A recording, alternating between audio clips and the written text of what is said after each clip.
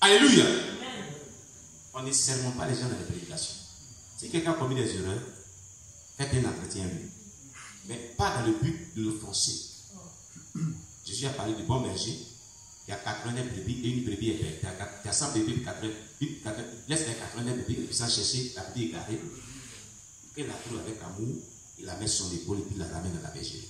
Il est heureux. Cette parabole est très profonde. Ça fait beaucoup de sagesse et beaucoup de paroles de douceur qu'on ramène une brebis égarée. Ce n'est pas les paroles dures. Ce n'est pas les réprimandes dures. Il faut réprimander, mais sagement. Amen. Amen. Voilà. Pas qu'on ne doit pas réprimander les gens, mais sagement. Le Saint-Esprit que Dieu nous a donné est un esprit de sagesse. Prenez Ésaïe chapitre 11, verset 2. Lisez. Vous allez voir que le Saint-Esprit est un esprit de sagesse.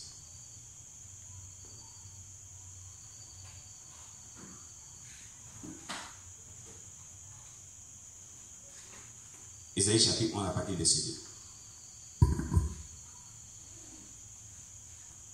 2. Ésaïe 11 à partir du verset 2. Oui. L'Esprit de l'Éternel reposa sur lui. L'Esprit de l'Éternel reposera sur lui. Esprit de sagesse. Esprit de sagesse. Et d'intelligence. Et d'intelligence. Esprit de conseil. Esprit de conseil. Et de force. Et de force. Esprit de connaissance. Esprit de connaissance. Et de crainte de l'Éternel. Et de crainte de l'Éternel. Quel est le Saint-Esprit qui en ces personnes, pardon. Pas vous, excusez-moi. Alléluia. L'Esprit de l'Éternel est un esprit de sagesse, d'intelligence, de conseil, de connaissance. Quand il donne le leadership, c'est-à-dire l'appel quelqu'un, il lui donne un ministère, son esprit qui est de sagesse, et l'esprit de sagesse, d'intelligence, de connaissance, de conseil accompagne le ministère. C'est le Saint-Esprit qui exerce le ministère au travers de lui. En temps normal, tout leader devait être sage, plein de conseils, parce qu'il a reçu l'esprit de sagesse, qui est le Saint-Esprit, l'esprit d'intelligence, qui est le Saint-Esprit, l'esprit de conseil, qui est le Saint-Esprit. Qui est le Saint-Esprit? Qui est l'Esprit de l'Éternel? L'Esprit de l'Éternel, c'est le Saint-Esprit. Qui il est? C'est ce qu'on a décrit là. Lorsqu'on a reçu le Saint-Esprit, on doit être animé de sagesse, de connaissance, de conseil, et puis de quoi? D'intelligence, de force, et de crainte de l'Éternel. C'est pour ça que quand il y a des leaders qui ne craignent pas Dieu, on se demande quel Saint-Esprit ils ont reçu. Vous comprenez? Quand on n'a pas de leader qui ne sont pas sages, on dit mais quel Saint-Esprit l'a reçu?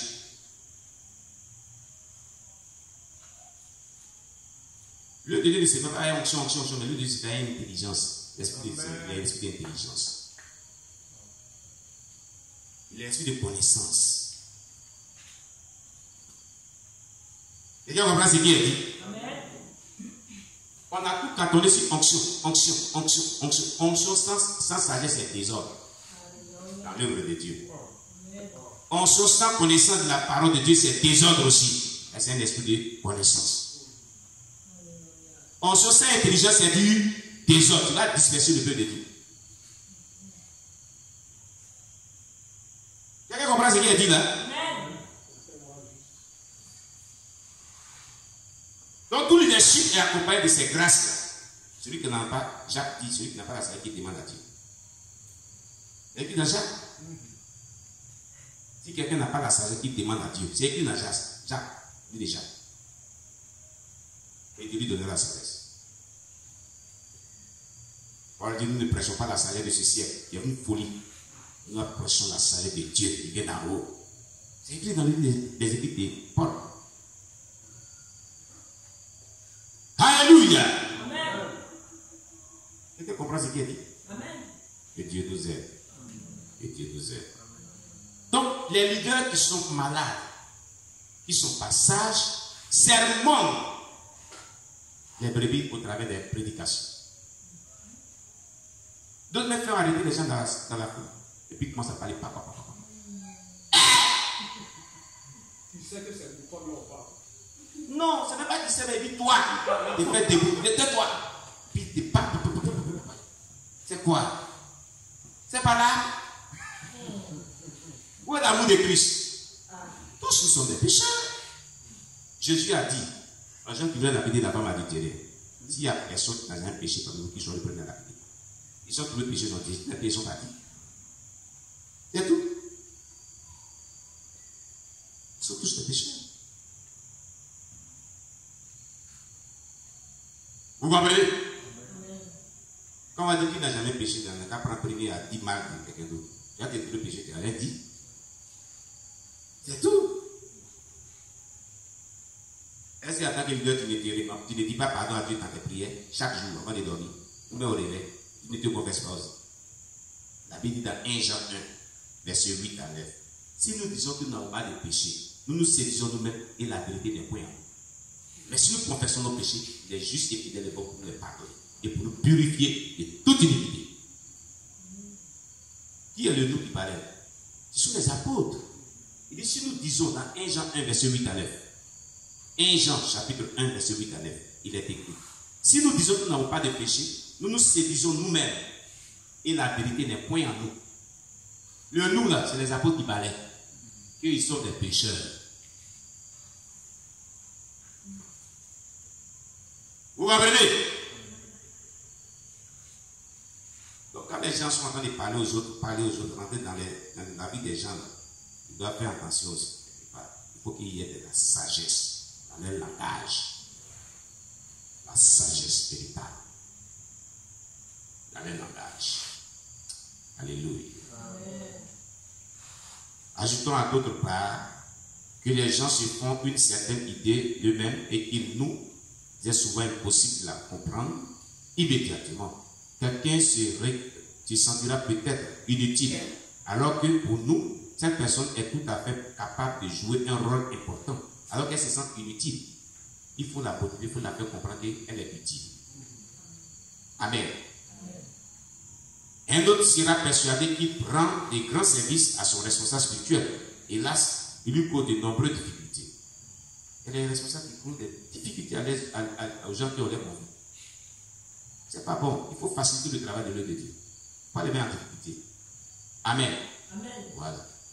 Pour pouvoir travailler de façon efficace avec les gens, le dirigeant doit être conscient, c'est-à-dire le leader doit être conscient de la manière dont ces personnes reçoivent les choses.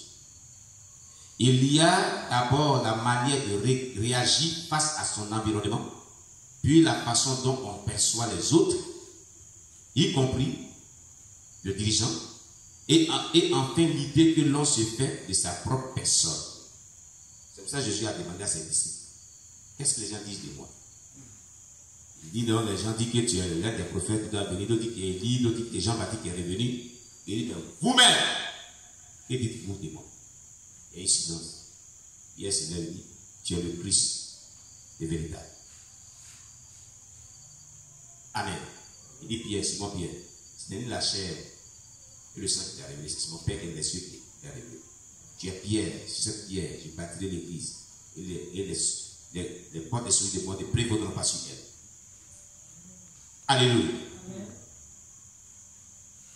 En conclusion, du prix à payer pour un leadership efficace. Amen.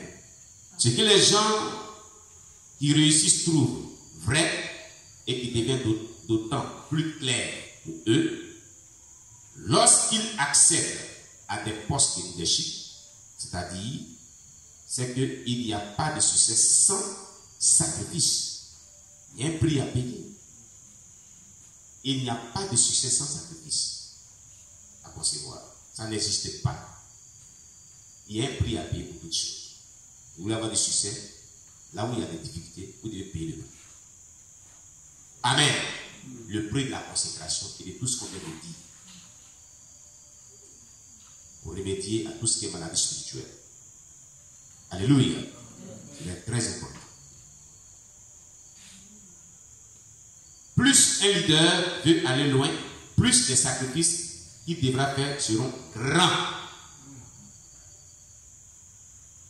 Retenez cela. Plus l'onction, plus le leadership prend de la proportion de grandeur, les sacrifices que vous devez concevoir sont grands.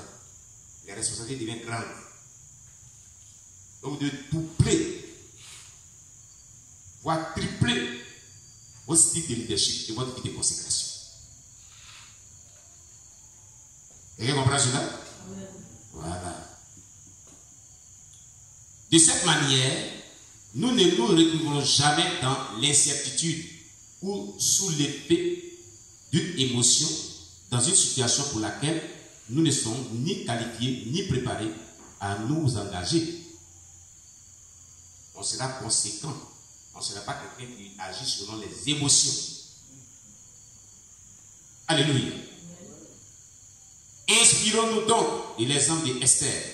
Après avoir considéré le coût de son engagement, elle s'est dit, pour une cause aussi grande, je m'offre sans réserve, j'en subirai les conséquences. Esther 5, verset 16.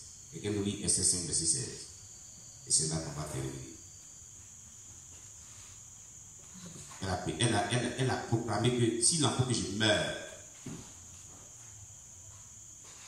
Esther chapitre 5, verset 16.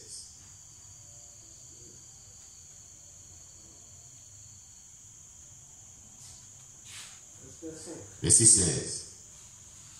Esther 5, 16. Oui.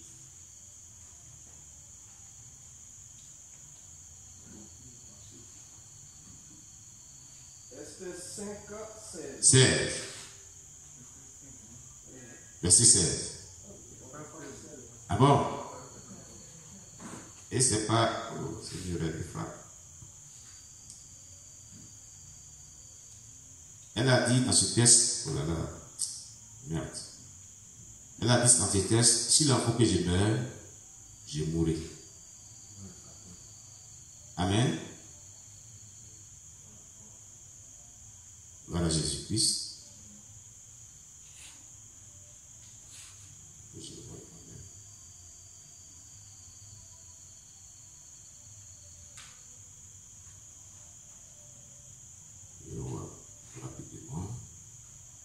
Gloire à Jésus-Christ. Donc, par ces propos d'Esther,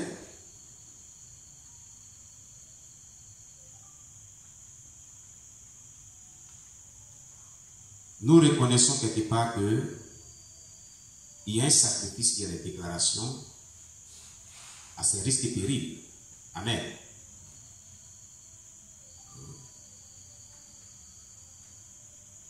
On peut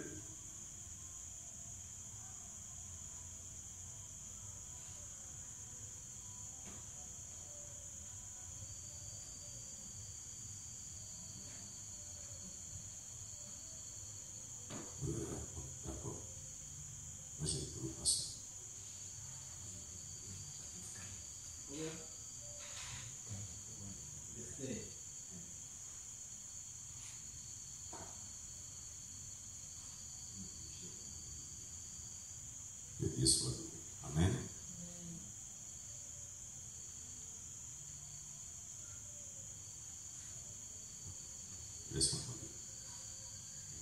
Amen.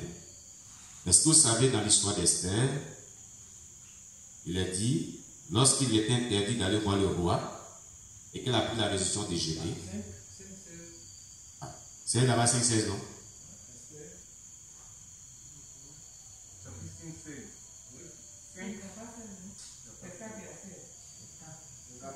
C'est 4-16. Dis 4-16, on va voir.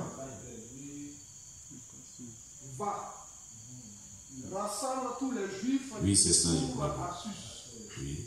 Et jeûnez pour moi, sans manger ni boire, pendant 3 jours, ni la nuit ni le jour. Moi aussi, je jeûnerai de même avec mes servantes. C'est ça. Puis j'entrerai chez le roi, oui, malgré la loi. Malgré la loi. Et si je dois périr, je périrai. Très bien, c'est le test. Au lieu de 5, au lieu de 4, on met 5. Dans mon manuel. C'est le vrai des frères. Amen. Esther déclare, s'il faut que je périsse, je périrai. Ça, c'est une volonté sacrificielle. Amen. Elle s'exposait à un danger. Il était interdit à qui que ce soit d'entrer dans le conseil de guerre des Babyloniens. Il rentre là-bas, on te coupe la tête. Tu n'es pas invité, tu es invité. Quand on avait un conseil de guerre démoniaque, si tu rentres là-bas, on te coupe la tête. Elle savait cette loi-là.